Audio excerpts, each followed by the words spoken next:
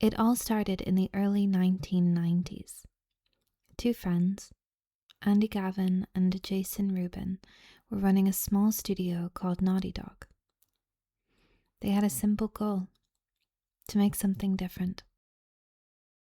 Not just another 2D game like Mario or Sonic, but something that felt new. Something that could live in 3 dimensions. After landing a deal with Universal's new gaming division, they packed their bags and started a cross-country road trip from Boston to Los Angeles.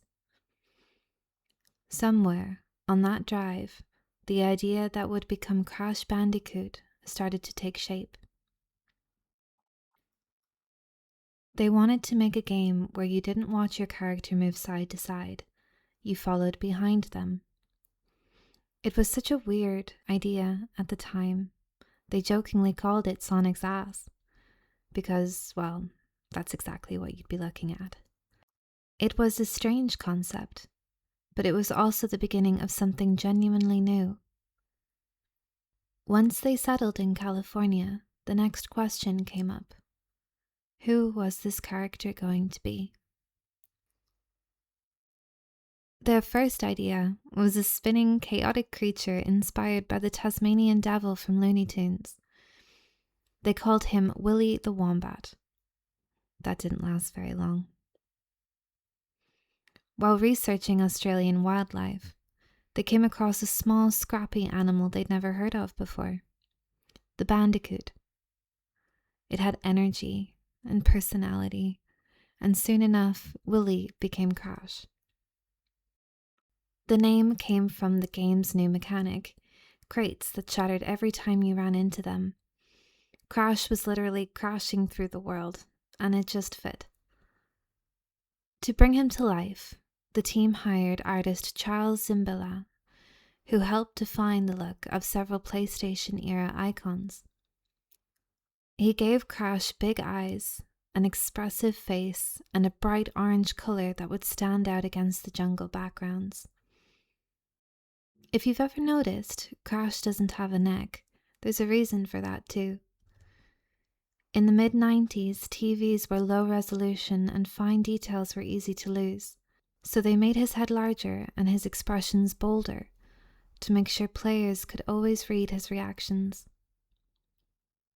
Everything about Crash's design, from the orange fur to his wide grin, came from limitations. And somehow that made him more memorable. By the time the first Crash Bandicoot released in 1996, Sony's PlayStation was still new. It didn't have a mascot like Mario or Sonic. Crash arrived at exactly the right moment. Fun, strange, and full of attitude. He quickly became the unofficial face of the PlayStation.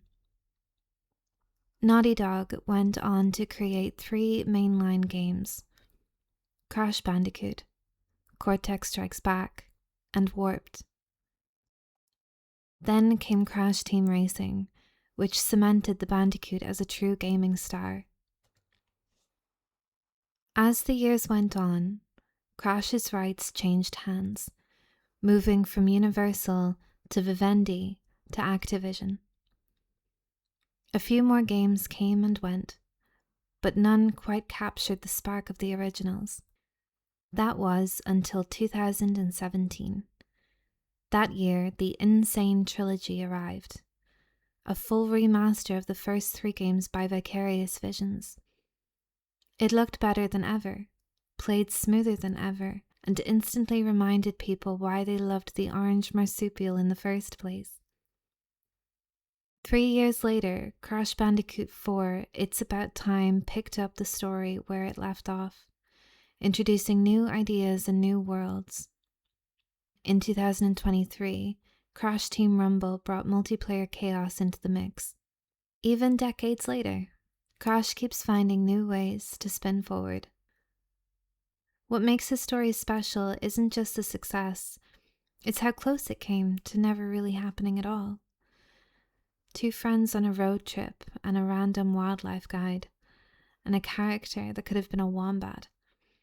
a simple idea to look at games from a different angle. What started as a wild experiment in 3D platforming became a cornerstone of PlayStation history. A project that pushed the limits of what games could look and feel like. The one that proved creativity can thrive under pressure. Crash wasn't born from focus groups or corporate strategy.